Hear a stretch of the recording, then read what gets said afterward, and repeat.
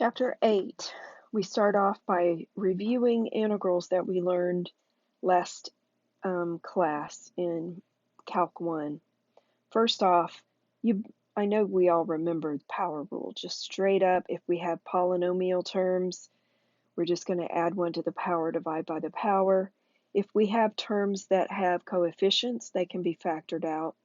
If we have terms added or subtracted, we can just integrate term by term.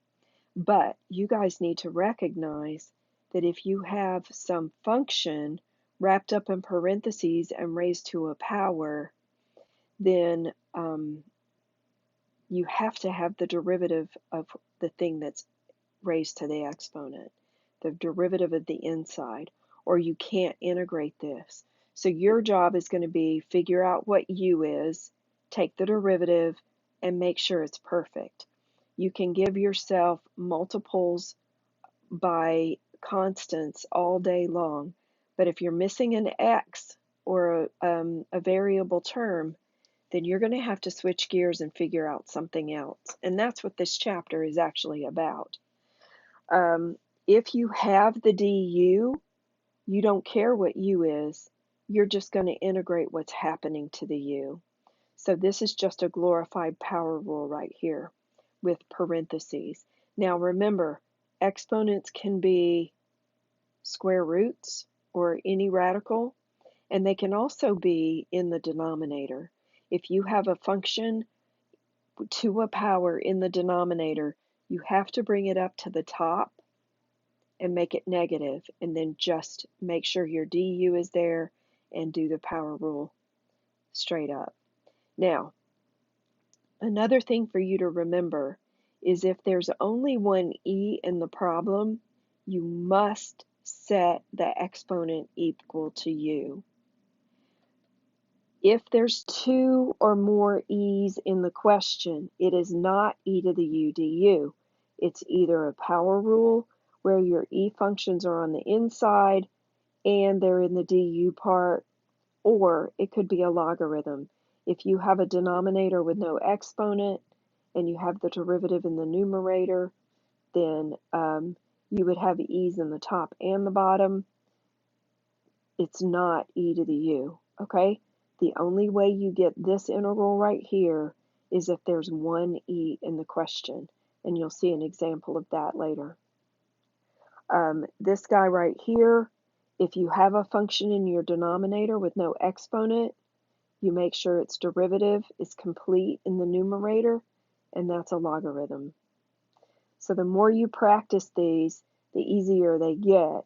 Just remember that unless it's trig, straight up trig integral, you really only have these 3 substitution integrals to worry about. You've got a power rule, an e to the u, and a logarithm.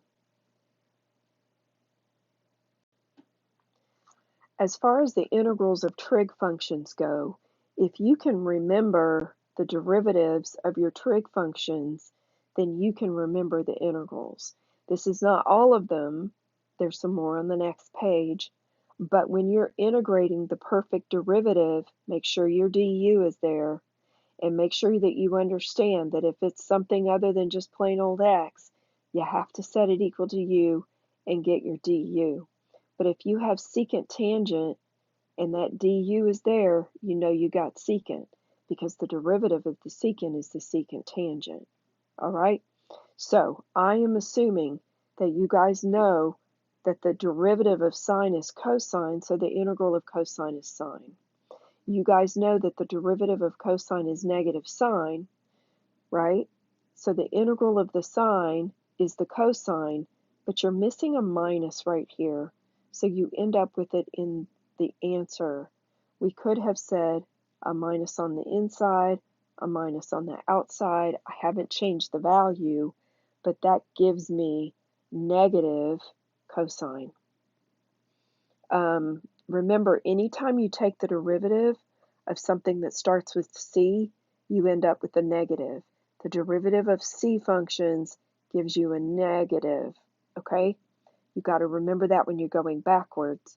If you're integrating the cosecant squared, it should have been negative. if you're integrating cosecant cotangent, you end up with a minus.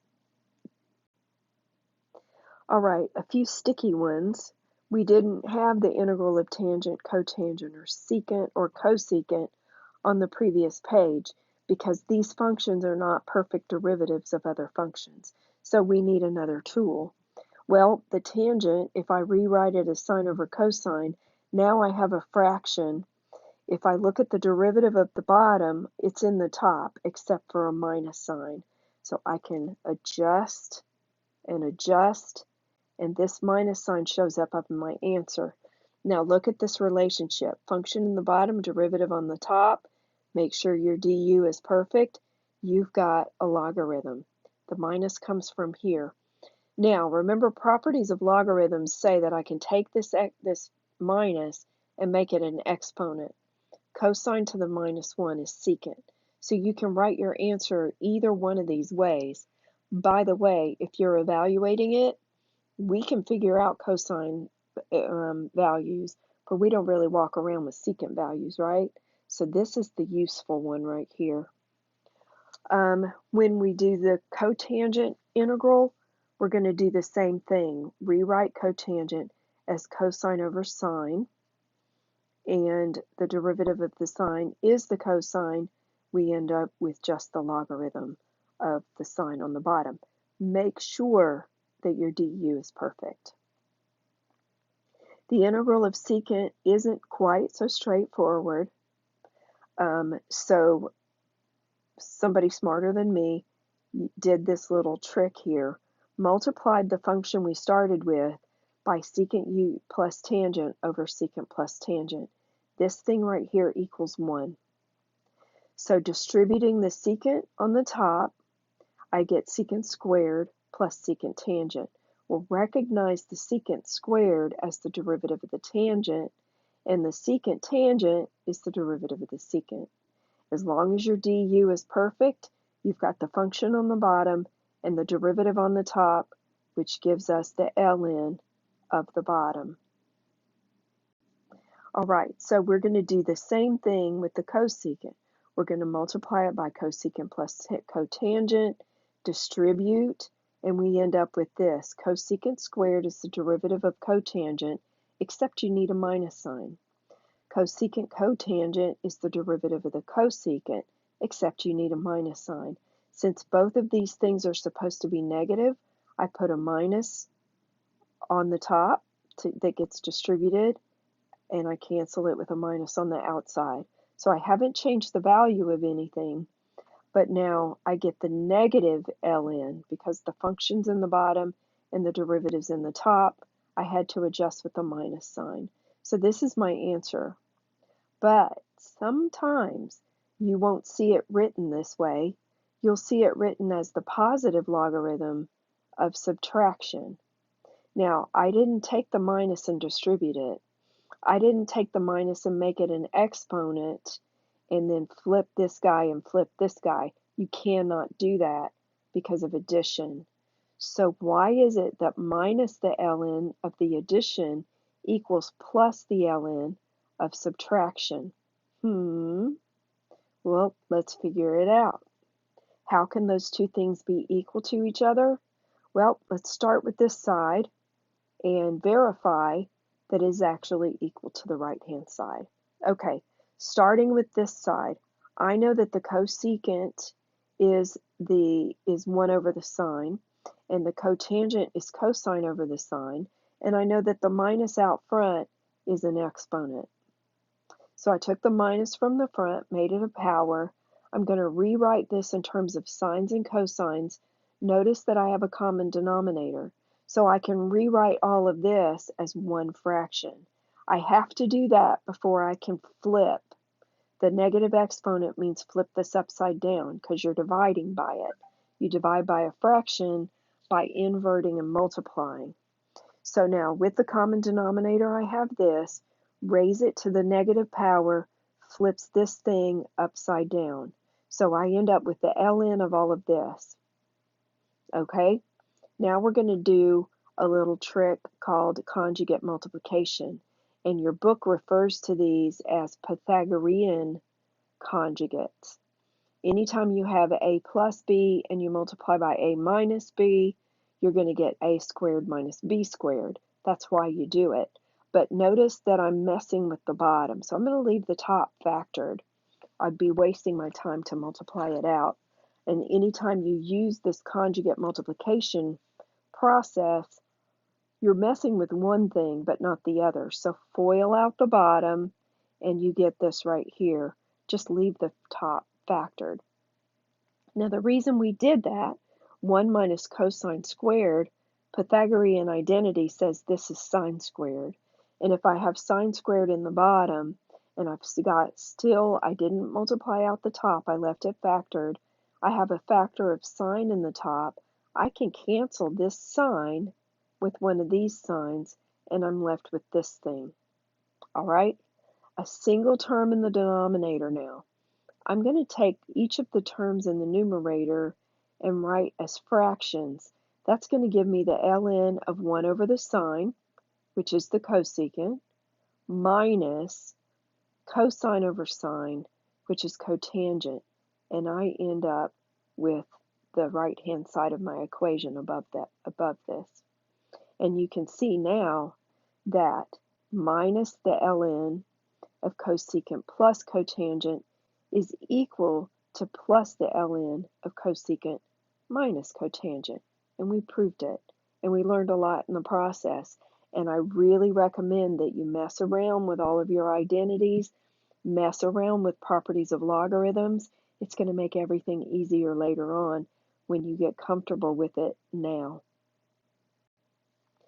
A few more important strategies for integrals. Sometimes if it's written like this and I set the inside equal to u, my du has an x in it and there's no x. So I can just FOIL this out. It's easy enough to do. I can never multiply the inside and the outside by a variable. I can only do that with constants. So that really the only choice I had was to FOIL this thing out and then integrate term by term. Okay, so expanding or foiling is a really good strategy sometimes. Sometimes you can separate the numerator. If I have two things in the numerator and I can't integrate like this, by the way, don't you ever integrate the top and integrate the bottom. That doesn't work. You didn't take derivatives that way, so you can't integrate that way. So what I'm going to do is take the 2x divided by the x plus 5, and notice that I can pull the 2 out front. And then I have the minus 3 divided by the x plus 5. I can pull out the minus 3, and all I'm left with is the dx and the x plus 5 in the denominator. This is a logarithm. This you need some work, so we'll talk about that in the next step. Long division. If I have the same power, or better yet, a higher power in the top than I have on the bottom, I can do long division and rewrite my integrand.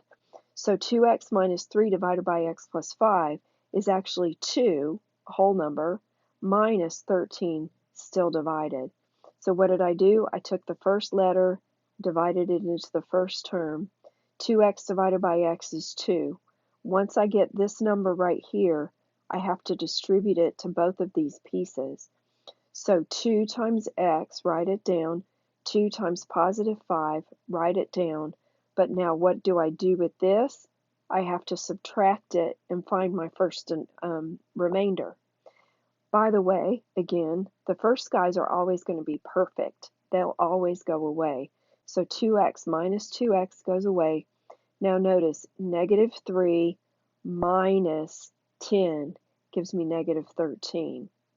That negative 13 is still being divided by this denominator. So I rewrite my integral as 2 minus 13 divided by x plus 5. This is a simple power rule integral. This is a simple logarithm integral. Very, very good strategy. You could also do a full-on substitution where I set u equal, it's always best to have a single term in the denominator.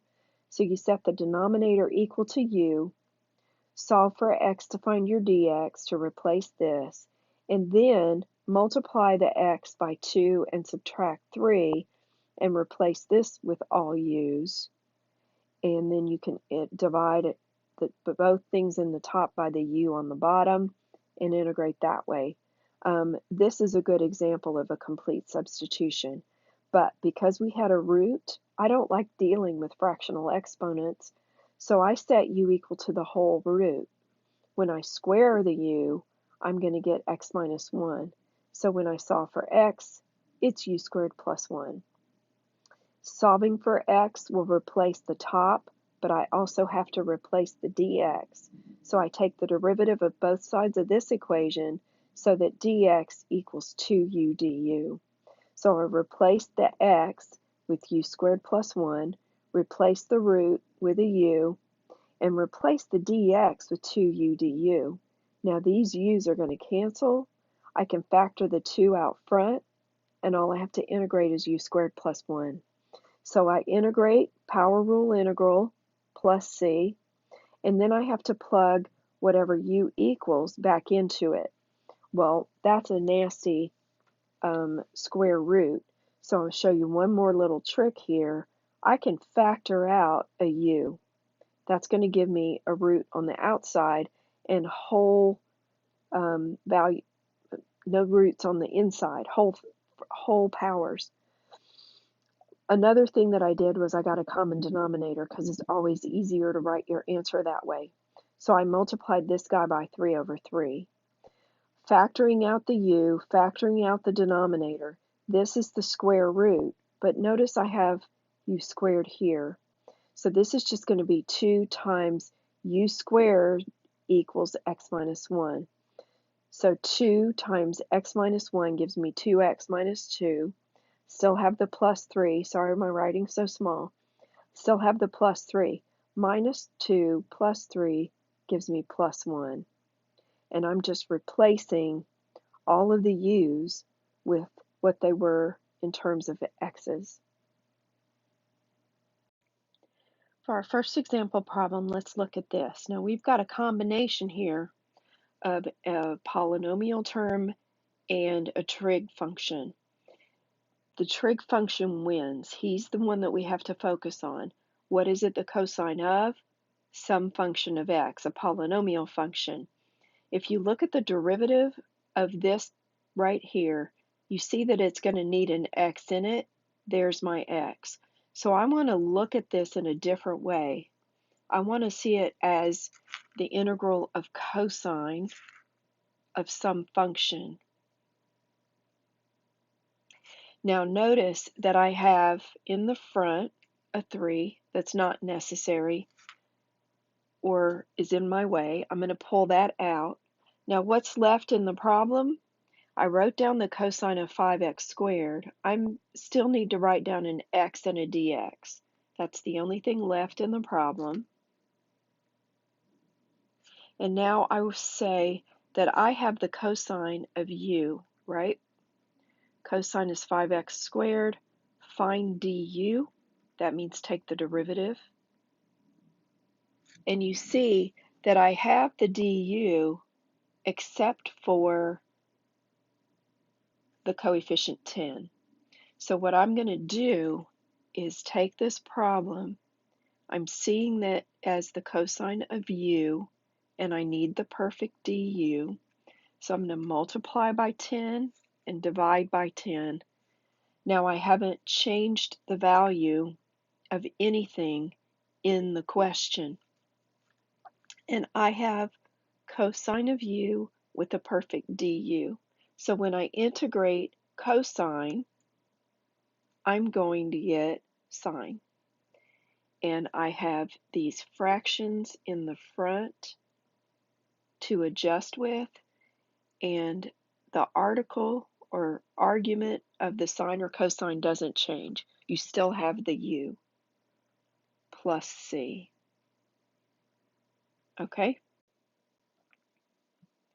Now let's say that I have the integral of sine 2x times e to the cosine of 2x dx. Now, going back to the very original page, if you have a single e in the problem, then you have to set the power equal to u. You don't have another e to be the derivative of this one, so it must be e to the u.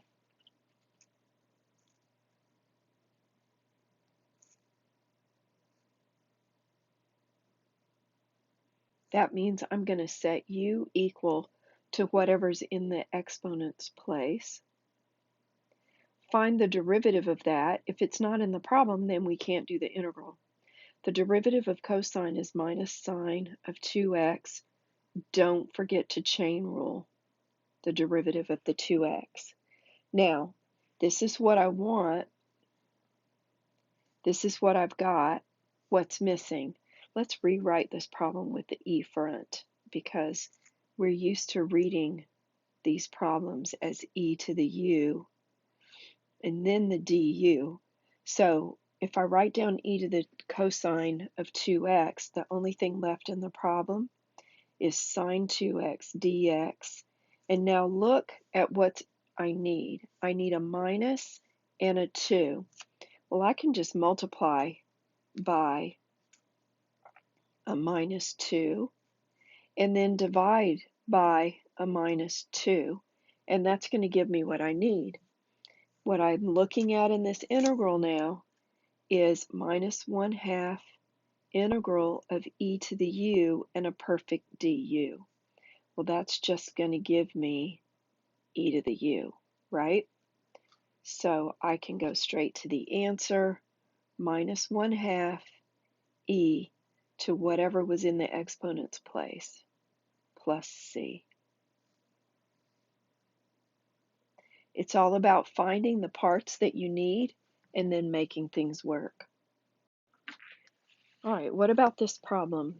Well, there's a lot of stuff going on, but the main thing is you have a square root in your denominator. Well, a square root is just a power.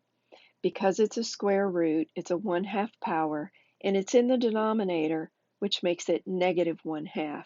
I'm going to rewrite this problem here so we can see it. We have blob 3x squared plus 6x to the minus 1/2 power, and we have an x plus 1 and a dx. My job is to set u equal to whatever's inside the parentheses. Take the derivative of that. I get 6x plus 6 dx. Well, I don't have 6x plus 6 in my problem, so I can't integrate, right? Oh, wait a minute. This is 6 times x plus 1 dx. You see that the only thing missing is the 6. So I can multiply by a 6 and divide by a 6. That gives me the integral, 1/6 times the integral of u to the power du. That's all I have to do. Let me write this down. 1/6 u to the minus 1/2 and a perfect du. So you see, because we have the perfect du, all we have to do is take the derivative of what's going on outside. It's just a power rule. So I'm going to add 1 to the power and divide by the power. And instead of doing it with the u's, I know what I'm doing. So I have the 1/6 outside times copy u, add 1 to the power, I get positive 1/2, divide by the power, and then I make it pretty.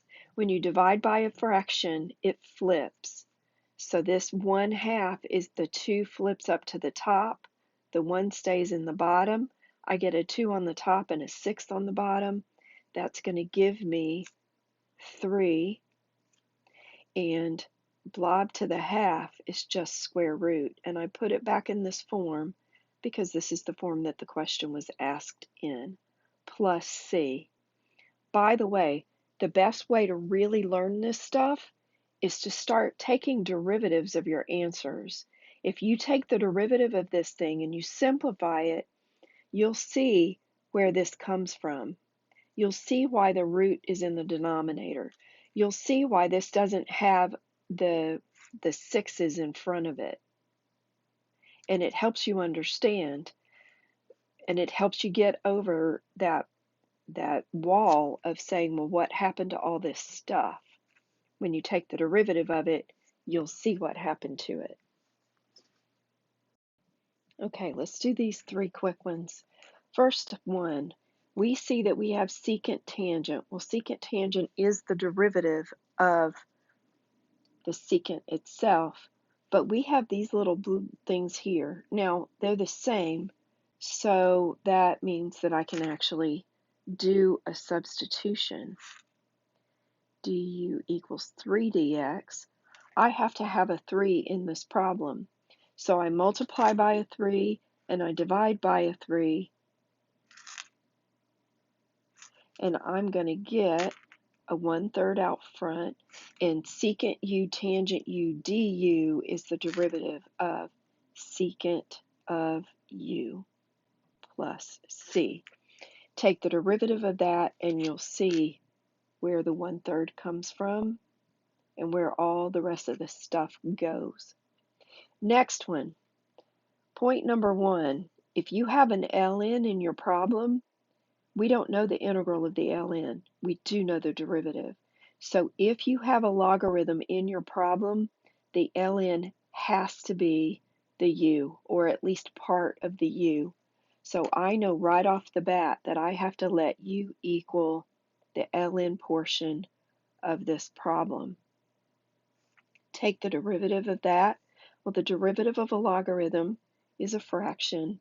Copy the function in the bottom, take the derivative of that, and put it in the top. Don't forget to chain rule the derivative of that argument of your cosine. So, in my problem, I have the sine of 4x over cosine of 4x, right? Let me write this as a negative and a 4 and a tangent of 4x dx. All right, so we have the dx, that's easy, and we have the tangent of 4x. The only thing that's missing is the minus 4. And when we do this, when we replace all of this stuff, let me copy this here like this. ln of the cosine of 4x times the tangent of 4x dx. Sorry, running out of room. And when I look at my du, the only thing missing is the minus 4. So I'm going to multiply by a minus 4,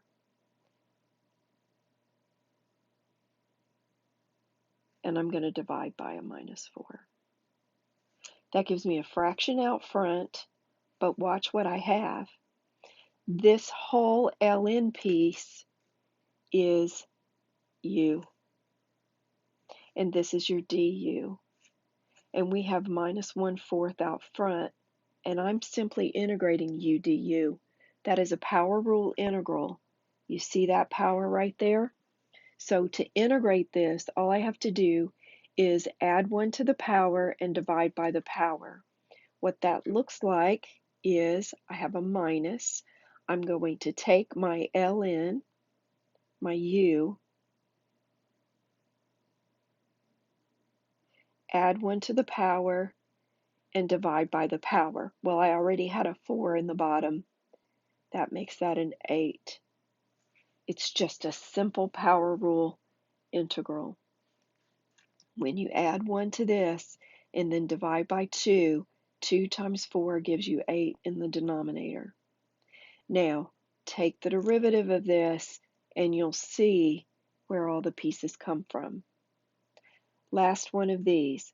Anytime you have something in the denominator, you have to assume it's a logarithm, unless you have an ln in the problem or you have a single e. There's only one e in this problem. That means the power must be u. So we're going to set u equal to the exponent. Well, that's x to the 1/2. Find the derivative of this, and it's 1/2 x to the minus 1/2 dx. That is 1 over 2 square roots of x. That's where your denominator comes from in this problem. He's actually part of the derivative of the exponent. So what I need is the 2 in the denominator. So I multiply by 2 and in the bottom, and I multiply by 2 on the top. Do you see how all I've done is multiply by 1? I put the 2 in the denominator because I needed it for the du. That means I have to counter it with the 2 in the numerator. And what I'm integrating here is just e to the u du. And that's going to give me e to the u. Now, take the derivative of the answer, and you'll see where all of the stuff in the question came from. Okay, there's lots of ways to work this problem here. Notice that the power in the numerator is bigger than the power in the denominator. So we could do long division, but we could also use a substitution and just change everything over to my u. So we're going to do this problem 2 different ways. By the way, you should always get the same answer if you're doing it correctly. But sometimes in what we're going to do in this chapter, we'll do a problem 2 different ways and get answers that look different, mostly when we're dealing with trig functions. If you study it, you will see that the only difference in the 2 answers is actually a constant. And we're writing plus c at the end of all these problems. So it just means you have 2 different constants. All right, long division. I know you love this. I'm going to take the top and divide it by the bottom. So 2x divides into 3x squared. I get 3 divided by 2, x squared divided by x. So I'm going to get a fraction, 3 over 2, and there's an x left. Now I'm going to take that thing right there, and I'm going to multiply both pieces. I'm going to distribute it through the whole thing. 3 halves times 2 is 3. X times x is x squared. By the way, when you do long division, whatever you end up with in this first column is going to be exactly the same because you're going to divide exactly the same way every single time. Okay? But now I have to multiply the second piece, and that's going to give me plus 3 over 2x. What's next? I'm going to wrap it up and subtract. I'm getting my first remainder. Well, the first guy is always going to go away. Like I said, we always do that perfectly, so the first guy goes away. This is plus 0 up here. Pay attention to the fact that you are subtracting. 0 minus this piece is going to give me negative that piece. Now I'm going to divide the first number into the first number. 2x divides into the fraction x. The x's are going to cancel. I'm just dividing this number by 2. I'm going to get minus 3/4. And now I'm going to multiply both pieces by that. So when I multiply minus 3/4 times 2x, I get minus 3/2 x. Then the second piece gives me minus 3/4. Wrap it up, big fat minus sign, find your next remainder. And remember that the first guys always go away. Now I've got a 0 here, minus a negative is plus 3/4, and that's just a number that's being divided by this. So I get plus 3/4 divided by 2x plus 1. I can rewrite my integral now as the integral of 3/2 x, power rule integral, minus 3/4, that's a power rule integral, plus this fraction divided by this function. That piece is going to be a logarithm, and I'm running out of room. All right, integrating the first term, 3x times x squared over 2, we'll clean it up in a minute, minus 3/4 and an x, plus, I can take the 3/4 out in front and make it a coefficient. I also need to do a substitution. U is the denominator, not you personally. Take the derivative of that, I'm going to get 2 dx. I need to multiply this thing by 2 and divide the thing by 2. That's going to give me another 2 in my denominator. And I've got the u on the bottom, du on the top. That gives me the ln of 2x plus 1 plus c. So I have 3x squared over 4. Hold the phone. 3x squared over 4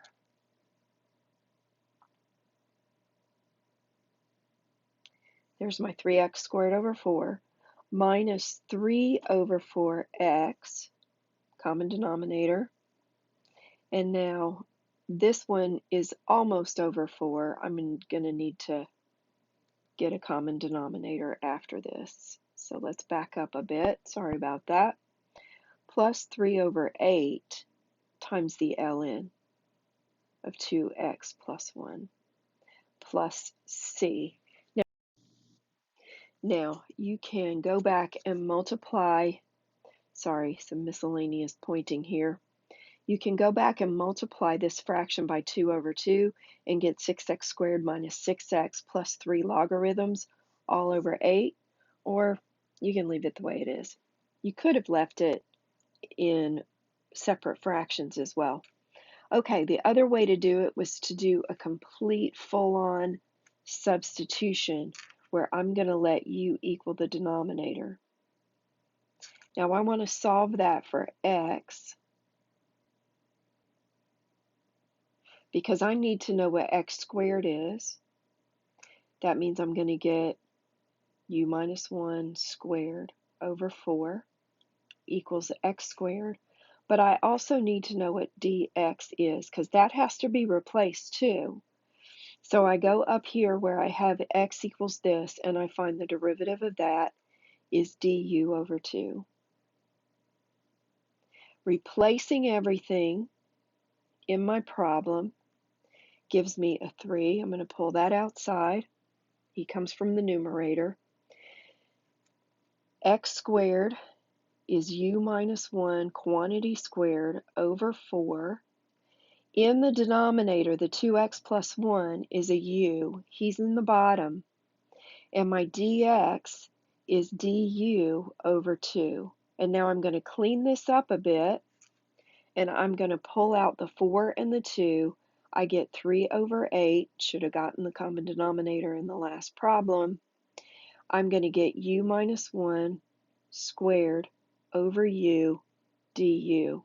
Now, how are you going to do that? Are you going to use another strategy here? I'm going to FOIL out the top, u squared minus 2u plus 1, but everybody is divided by u. That single term in the denominator means I can split it up. That gives me 3 over 8 integral of u minus 2 plus 1 over u du. And I have 3 over 8 times u squared over 2 minus 2u plus the ln of u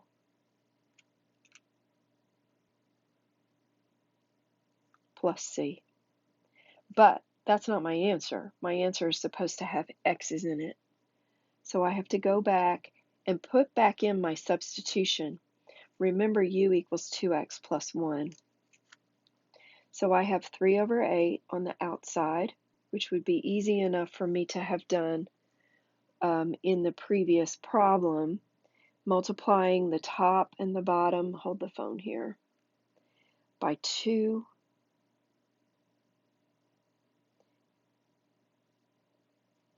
I would have gotten 3 over 8 everywhere. I'd have been left with 2x squared minus 2x plus the ln of 2x plus 1 plus c. Let's see if we get the same answer. Over here now, replacing the u's, it's going to be nasty, so I'm going to make some notes above. I have u squared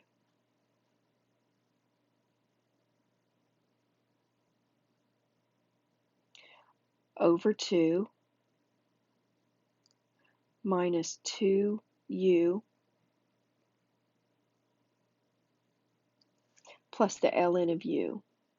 So foiling out the 2x plus 1 all over 2, yeah, I'm seriously running out of room here. 4x squared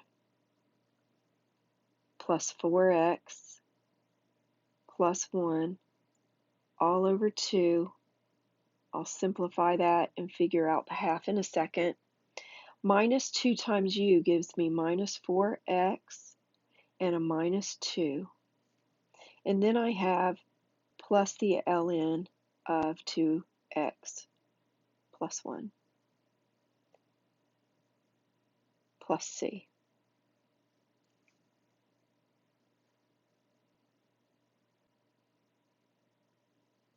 Two x squared. Now I have 2x here minus 4x here gives me minus 2x. And I have a 1/2 minus 2 gives me minus 3/2. We'll talk about that in a second. Plus the ln of 2x plus 1 plus some constant. I'm going to call that C1 because the only difference between this answer and this answer was that constant right there. This constant can be multiplied by the 3/8 and shoved in to the C. So I get the same answer. Now I know that I ended up being very small with my writing there. I hope you can see that. It should come out okay in the written notes. All right, guys, you've seen almost everything. Remember, if you have a single E, the power is U. I always love to say that. Have fun with the homework.